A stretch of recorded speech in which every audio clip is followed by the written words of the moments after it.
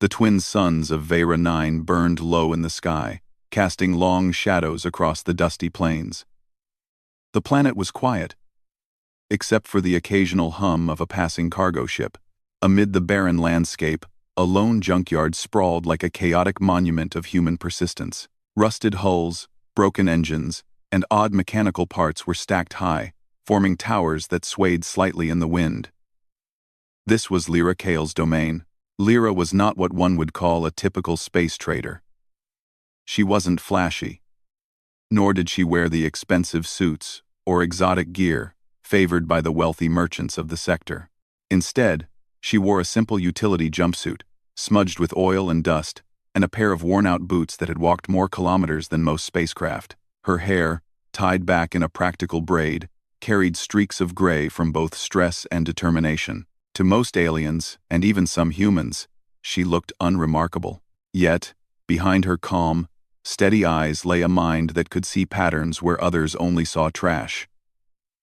Every scrap, every discarded piece of technology, was not merely waste, it was potential. She had learned long ago that what someone else considered useless could be transformed into something valuable with enough thought and ingenuity. On this particular day, the quiet of the junkyard was broken by the approach of a sleek alien ship. Its hull shimmered in bright colors, a display of wealth and technology that humans rarely could match. The ship landed with a gentle thrum, kicking up dust in a golden cloud. Lyra wiped her hands on her jumpsuit and walked toward the newcomers. From the ship stepped a group of aliens, tall and slender, their skin shimmering with an iridescent hue that changed depending on the angle of the light. Their eyes were sharp, assessing everything with the cold logic of beings used to superiority. The tallest among them, a being named Carol, gave a scoff that carried across the yard. "So, this is what a human calls a junkyard," Carol said, his voice a melodic chime that somehow managed to sound condescending. "All this chaos? And you expect anyone to take it seriously?" Lyra smiled, a small, confident smile. She didn't step back, didn't lower her eyes. "It may look like chaos to you," she said, her voice calm, "but every piece here has a story, and every story has a purpose." The aliens exchanged glances, some rolling their shimmering eyes. One of them, shorter and rounder, muttered something in a language Lyra didn't understand, though the tone made it clear he shared Carol's disbelief. Carol stepped closer, his long fingers brushing against a pile of broken engines. "Humans are amusing," he said. "You take what others discard and pretend it has value. It's charming in a primitive sort of way. But this," he waved his arm over the junkyard, "will never match our technology. Never." Lyra didn't flinch. In fact, the words only fueled a fire inside her. She had heard this 1,000 times before, and every time, she had proven them wrong. "Maybe," she replied. "But sometimes the smallest idea can become the biggest discovery. You'll see." Carol raised an eyebrow, intrigued despite himself. "Show us, then. Impress us, human." And Lyra knew that this was her chance. She led them through the maze of metal and broken machines, pointing out pieces that, to an untrained eye, would seem like junk, but to her were treasures waiting to be awakened. "This engine," she said, tapping a rusted frame, "was discarded because it lost its original purpose. But with the right modifications, it can power a vessel twice its size." The aliens looked skeptical, and one even scoffed again. "Ridiculous," Carol said. "You can tinker, but you cannot create true innovation. That is a trait humans lack." Lyra's smile widened slightly. "You might be surprised." For hours, she showed them parts she had been working on quietly. Pieces she had reassembled into prototypes that could do incredible things. One was a compact energy converter that could store more power than standard alien batteries. Another was a navigation system that used old human algorithms to optimize interstellar travel routes far more efficiently than most current models. The aliens examined them, their expressions shifting subtly from mockery to confusion. How could a human take what they considered outdated or broken and create technology that rivaled their own advanced devices. Finally, Carol stopped, staring at a small, cylindrical device resting on a table. "What is this?" he asked. Lyra held it up. "This is a prototype for a universal energy generator. It's designed to be simple, efficient, and durable. You could drop it on any planet, and it would provide power for a settlement within days." The aliens were silent. They looked at each other, then back at Lyra. She could see the surprise, the faintest flicker of respect. Though none of them would admit it outright, Carol finally spoke. "Perhaps humans are not as primitive as we thought, but one prototype does not change the fact that your species relies on scavenged materials. You build from scraps because you cannot innovate properly on your own." Lyra laughed, soft but full of conviction. "Innovation is not about the materials, Carol. It's about the mind that sees what others cannot. You can have all the resources in the galaxy, but if you lack imagination, your technology is limited. That is where humans excel." The tension in the junkyard shifted. The aliens realized that they were in the presence of a human who not only refused to be intimidated but who also thrived on the challenge of creating something from nothing. Lyra's confidence was infectious. Even the skeptical members of the alien group could not ignore the sense of capability that radiated from her. Hours passed, and the sun dipped below the horizon. The sky turned a deep purple, and the twin moons began to rise. Lyra stood in the center of her junkyard, her hands smeared with oil, her clothes dusty, but her eyes bright with satisfaction. The aliens remained, their curiosity clearly piqued. Carol finally nodded. "You may have something here, human. Perhaps there is more to your species than we assumed. We will return tomorrow. Be ready to demonstrate further." Lyra nodded, her heart racing with excitement. The challenge was set, and she knew that within the next few days, she could show them the full extent of human ingenuity. She watched the alien ship lift off, disappearing into the horizon, leaving behind a cloud of dust and anticipation. When the yard was empty again, Lyra allowed herself a quiet moment. She walked between the stacks of metal and machinery, touching pieces that had been her companions for years. Each item had been discarded, forgotten, or overlooked, but not by her. She had a plan, a vision that went far beyond the judgments of the galaxy's wealthiest and most powerful beings. This was more than a junkyard. This was a laboratory of dreams, a proving ground for human resourcefulness. She could already imagine the astonished faces of the aliens when they realized what she could do with so little, and she knew, deep in her heart, that they would not scoff again. As the night fell on Vera 9, Lyra Kale returned to her small quarters behind the junkyard. She sat at her workbench, surrounded by tools and half-finished projects, and began sketching ideas for the next phase. She could feel the pulse of possibility in the air, the thrill of creation that came when others doubted you. For humans, limits were meant to be tested, boundaries were meant to be challenged, and expectations, especially those set by aliens, were meant to be exceeded. Lyra smiled as she worked late into the night. Tomorrow, she would start turning scrap into brilliance, and the universe would watch. In the quiet of her workshop, the first sparks of innovation lit up the shadows. The human who had once been dismissed as a tinkerer, a collector of junk, was about to prove that ingenuity could not be measured by appearances, and the galaxy, whether it realized it yet or not, was about to witness what humans could truly achieve.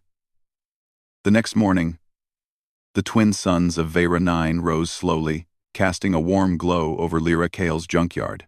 Dust floated lazily in the light, catching the rays like tiny stars suspended in the air. Lyra was already at her workbench, moving with a calm efficiency that came from years of practice. The previous day's encounter with the alien traders had sparked something inside her, a challenge she could not ignore. She surveyed the scattered parts around her. Old engines, damaged navigation arrays, bent alloys, and discarded energy cores littered the ground.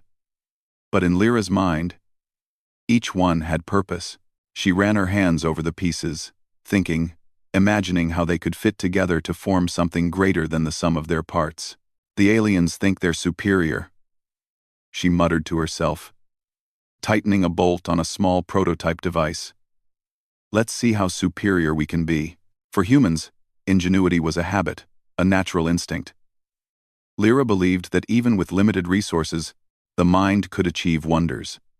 Today, she would prove it not to herself, but to the entire sector. By mid-morning, a low hum filled the junkyard as Lyra powered up her first project, a compact energy generator. It was small enough to hold in one hand, but capable of storing and releasing immense energy. The design was a mixture of old human algorithms and repurposed alien components scavenged from passing ships. To anyone else, it would look like a confusing mess. To Lyra, it was elegance in disguise. The alien ship returned, gliding down to the dusty plains with smooth precision. Carol and his entourage stepped out once more, their expressions a mix of curiosity and skepticism. Lyra greeted them calmly, wiping her hands on her jumpsuit. "Ready to be impressed?" she asked, her voice light but confident. Carol raised an eyebrow, skeptical. "We remain cautious. Humans are known for enthusiasm, but not for consistency. One successful experiment does not prove mastery." Lyra gestured toward a table stacked with her prototypes. "Then allow me to demonstrate consistency." She picked up the compact generator and pressed a small panel. Instantly, it emitted a soft blue glow. Energy flowed from the generator into a nearby mechanical drone, powering it to life. The drone lifted off the ground, moving smoothly in precise patterns that mirrored Lyra's commands. The aliens watched, their eyes widening in surprise. The drone was not particularly large or complex, but the energy source that powered it was unlike anything they had seen. It was clean, efficient, and surprisingly powerful. "How?" Carol began, but his voice faltered. He was trying to maintain authority, but even he could not hide the astonishment. Lyra smiled. "You see, it's not the size or sophistication of the materials that matter. It's how you use them. Humans excel at combining imagination with practicality. That is our strength." The other aliens whispered among themselves, clearly impressed despite their pride. One even stepped forward, examining the generator closely, running his fingers over the surface, clearly trying to figure out how it worked. Over the next several hours, Lyra demonstrated more inventions. A navigation module that could chart faster than light paths with higher efficiency than standard sector devices. A compact water purification system that could turn contaminated planetary water into clean, drinkable liquid. And a communication device capable of sending secure messages across light years without interference. Each time, the aliens reacted with a mixture of disbelief and grudging respect. Carol tried to maintain his composure, but his skepticism was slowly being replaced by cautious admiration. Finally, Lyra paused, wiping sweat from her brow. "And now," she said, holding up a small, unassuming cylinder. "The most ambitious project." The device was an energy core designed to power entire settlements on planets with minimal infrastructure. Lyra placed it on the ground and activated it. Within moments, a soft hum grew into a steady pulse. Lights in nearby modules flickered on, and machinery that had been dormant for decades sprang to life. The aliens stared, stunned. The generator was simple, durable, and capable of massive output. Carol's eyes narrowed, not in disdain, but in thought. "This is remarkable," he said finally, almost grudgingly. "You have managed to create something that is both efficient and reliable, using materials that we would have discarded as worthless." "How?" "Human." Lyra's heart raced.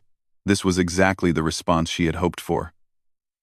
"It's not magic," she said. "It's human ingenuity. You underestimate what we can achieve with what you consider scraps. We see possibilities, not limitations."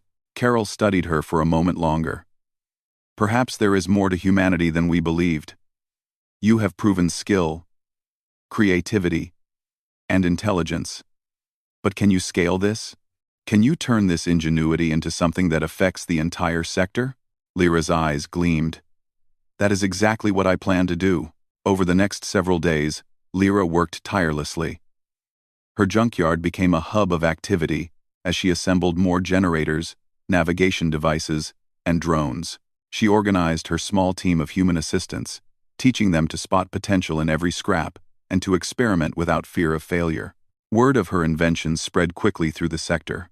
Traders, engineers, and even some scientists began visiting her yard, curious to see the human who was turning junk into advanced technology. Lyra welcomed them all, demonstrating her devices and explaining her methods. She was patient, precise, and proud of her work. The aliens who had initially mocked her returned several times, each visit showing more genuine curiosity than skepticism. Carol, in particular, began asking questions not to belittle, but to understand. Lyra answered them honestly, explaining her thought process, the limitations of materials, and the principles behind each invention. It became clear to everyone watching that Lyra was not just tinkering, she was redefining what humans could accomplish. She was showing that resourcefulness, creativity, and determination could surpass wealth, raw technology, and even centuries of experience. One evening, after a long day of work, Lyra stood on a small hill overlooking her yard. The sky was painted in shades of orange and purple as the twin suns set. She felt a deep satisfaction. The aliens, once dismissive, were now acknowledging her capability. The human team she had trained was thriving, learning to see potential where others saw waste. And the sector, slowly but surely, was beginning to recognize that humans were not to be underestimated. Carol approached her, his expression serious but not unfriendly. "You have changed my perception of humans, Lyra Kale," he said. "I doubted your species, and yet you have proven more than I expected. There is a certain elegance in your approach. Simple, yet brilliant." Lyra smiled, wiping her hands on her jumpsuit. "Elegance comes from necessity, Carol. When you don't have everything handed to you, you have to think differently. That's how humans survive and thrive." Carol nodded slowly, as if digesting her words. "Perhaps the galaxy has misjudged your kind. Perhaps we should pay more attention." Lyra laughed softly. "You will. Soon enough." As the alien delegation departed, Lyra returned to her workshop, energized by the challenge she had overcome and the progress she had made. Her devices were only the beginning. With every invention, every demonstration, she was building a foundation that would not only prove human ingenuity, but would also transform her from a small-time junkyard owner into one of the most influential figures in the sector. Late into the night, she continued to work, her hands steady, her mind sharp. Each prototype, each modification, was a step toward a larger goal. She imagined the day when humans would not merely be tolerated by the sector, they would be respected, sought after, and impossible to ignore. For now, the junkyard still looked like chaos to outsiders. Rusted ships leaned precariously, old engines and bent panels lay scattered, and the air was thick with the scent of oil and metal. But within that chaos, Lyra Kael was creating order. She was turning discarded pieces into powerful tools, skepticism into respect, and doubt into opportunity. Humanity, she thought as she tightened the final bolt on her latest device, was underestimated, and that was their greatest advantage. While others relied on inherited knowledge and resources, humans could innovate, adapt, and create from nothing. And that ability, she knew, would change everything. The sector had laughed at her yesterday. Today, they were watching. And tomorrow, they would remember the name Lyra Kale. The sun rose over Vera 9, painting the dusty plains with shades of gold. Lyra Kale stood at the edge of her junkyard, watching the horizon. In the days since the aliens had first scoffed at her, the yard had transformed into a hive of activity. Humans and aliens alike moved among stacks of scrap, lifting, assembling, and testing devices that would have seemed impossible just weeks ago. Lyra's small, chaotic junkyard had become the center of a revolution, one that she had orchestrated from the ground up. Her compact energy generators now hummed in every corner of the yard, powering drones, machinery, and experimental vehicles. Navigation modules blinked with new calculations, mapping routes that cut travel time across the sector by nearly half. Even the aliens who had once mocked her were now returning regularly, eager to observe and learn, and each time they visited, they left with a mixture of awe and reluctance. Humanity was proving itself in a way they had never imagined. Lyra walked through the yard, inspecting her team's work. Every human assistant she had trained was now thinking creatively, spotting opportunities in discarded components. Even minor tasks turned into lessons in ingenuity. She smiled to herself, seeing how quickly humans could adapt and improve when given responsibility. Carol, the alien who had been the most skeptical, approached her. "It appears that your work has expanded beyond expectation," he said, his usual arrogance tempered by genuine respect. "The sector is watching. Your devices are being tested by several planetary settlements already, and reports speak of unprecedented efficiency." Lyra nodded. It was always the plan. Humans don't just survive. We adapt and thrive. And when we thrive, we don't just benefit ourselves. We improve the world around us. Carol studied her for a moment, then asked, "And your goal? To become a wealthy human tinkerer? Or something more?" Lyra laughed softly. "Wealth is not the goal.